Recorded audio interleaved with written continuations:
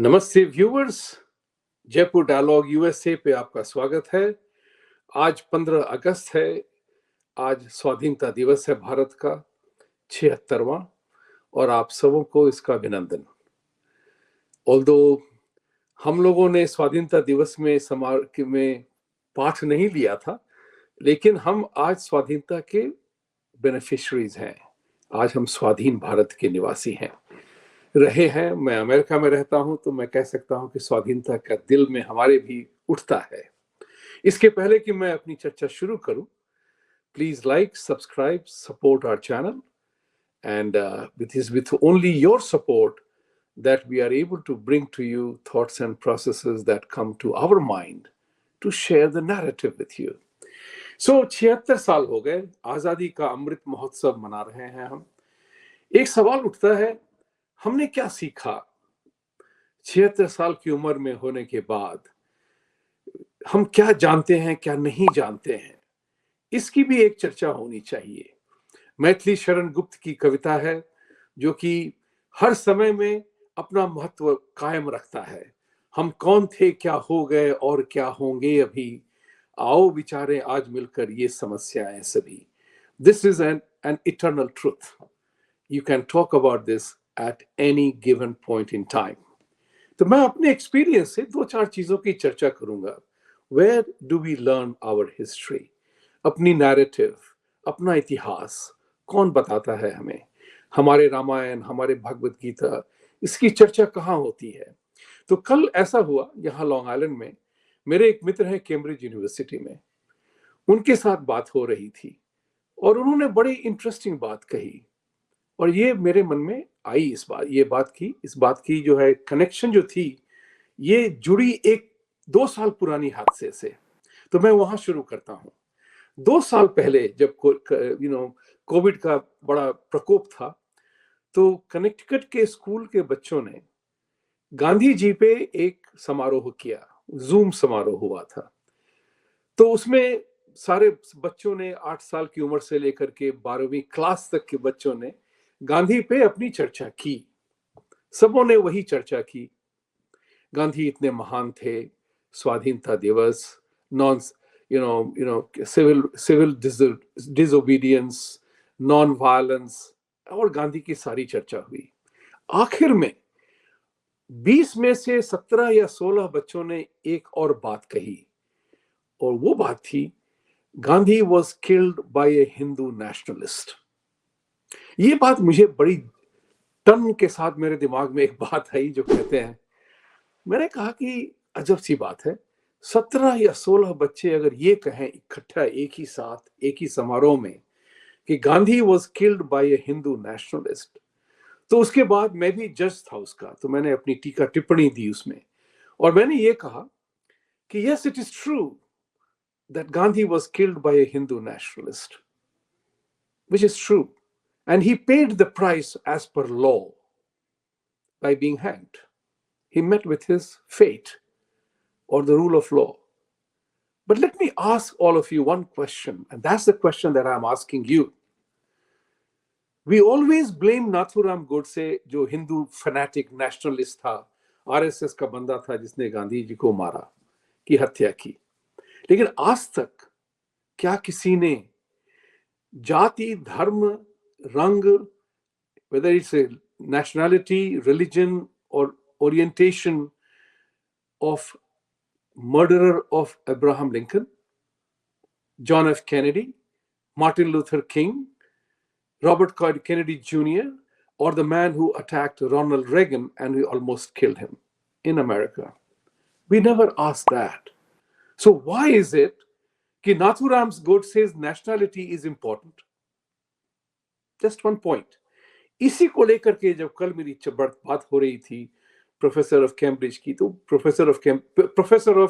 Emeritus professor of Cambridge university, वो कह रहे थे कि it was interesting to find कि there is Waqf board for Muslims, there is church for Christians, there are so many organisations जो अपने अपने धर्मों का देखभाल करती हैं।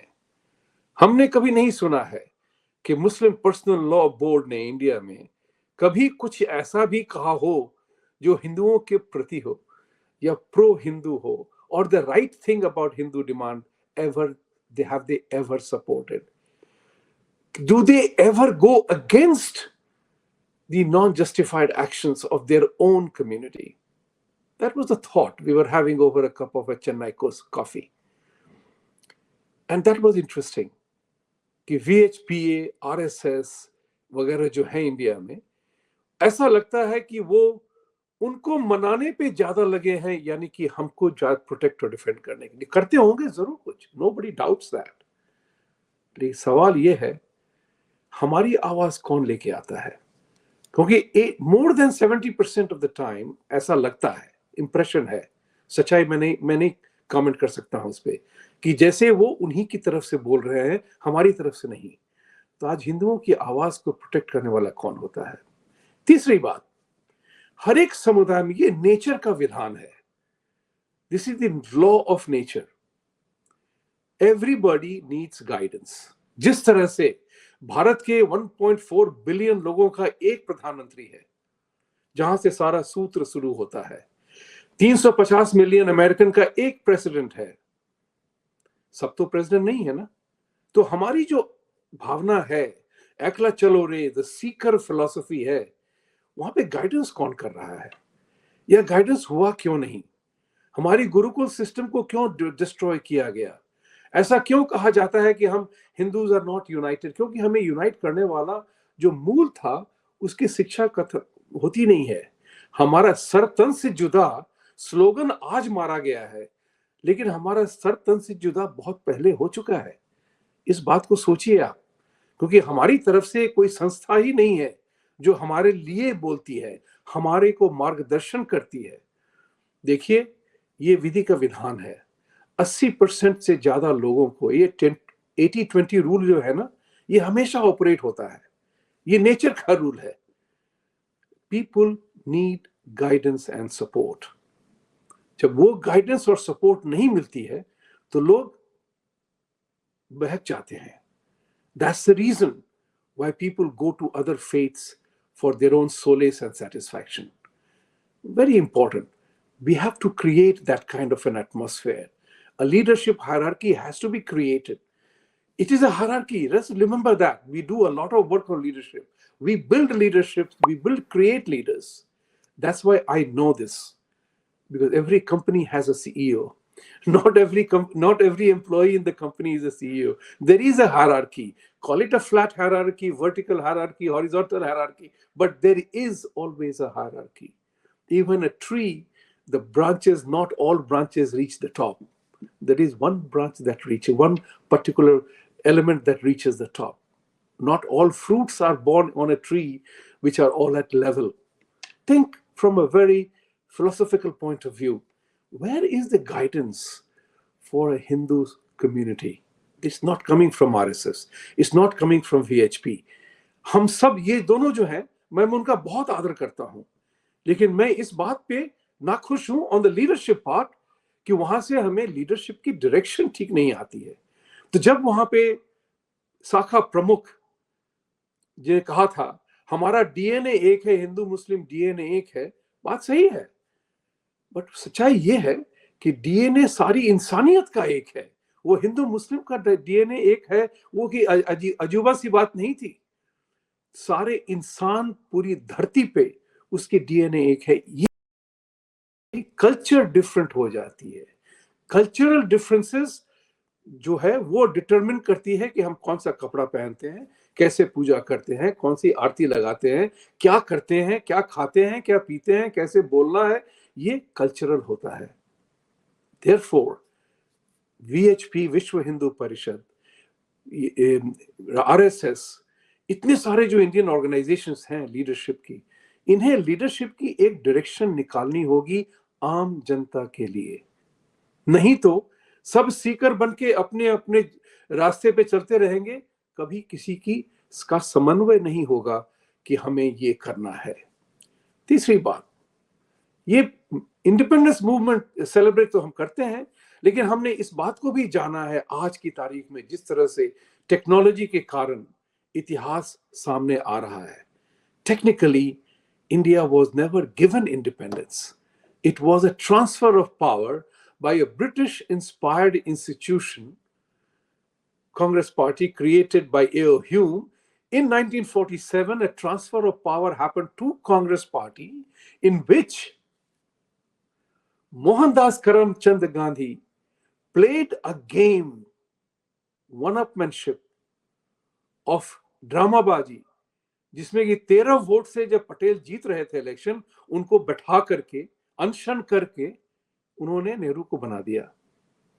This also reflects the Hindu mind कि 13 लोगों की वोट, 13 हिंदू लोग जो उन्होंने सरदार पटेल को चुना था, वो एक आदमी की सरफिरा हरकत के कारण उस पे झुक गया.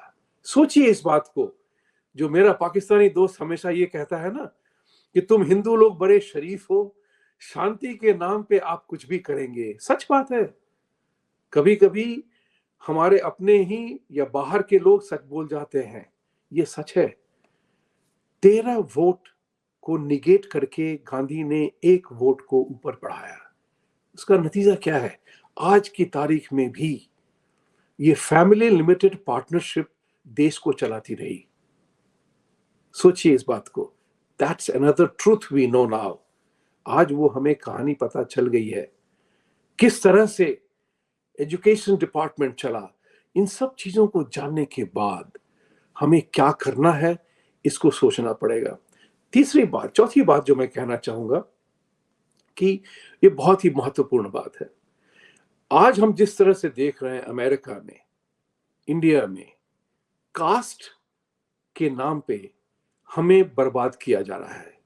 ऐसा लगता है कि दुश्मनों को यह समझ में आ गई है कि सारे हिंदू धाराशाही हो सकते हैं, सिर्फ कास्ट की बुलेट लगा दो.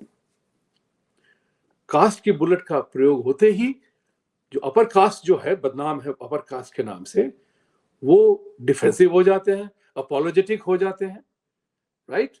और जो नॉन अपर कास्ट हैं, मैं तो नॉन अपर कास्ट कहूंगा क्योंकि मैं तो वर्ण जाति में, वर्ण में विश्वास करता हूं, वो अग्रेसिव हो जाते हैं कि हमारे साथ अन्याय हुआ. तो ये जो बुलेट है, ये बनाया गया है अमेरिका में भी.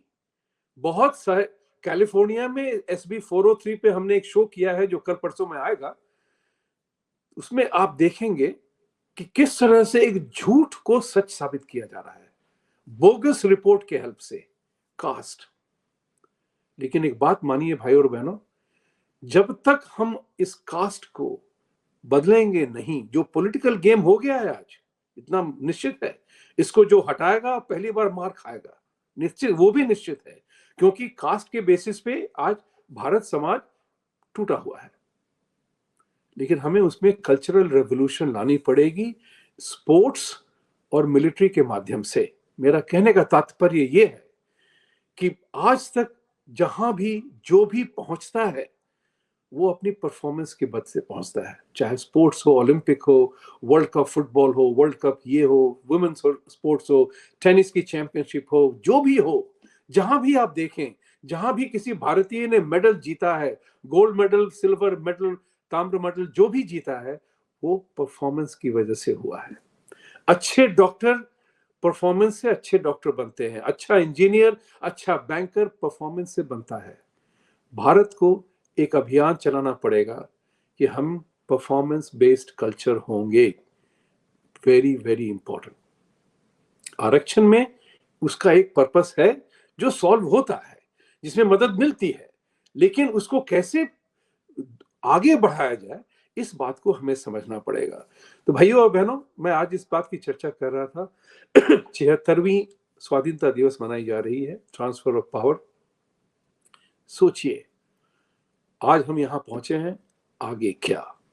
ऑलराइट, विद दीज वर्ड्स, सत्यमेव जयते. Please like, subscribe and support our channel. We'll come back to you again very soon. Namaste.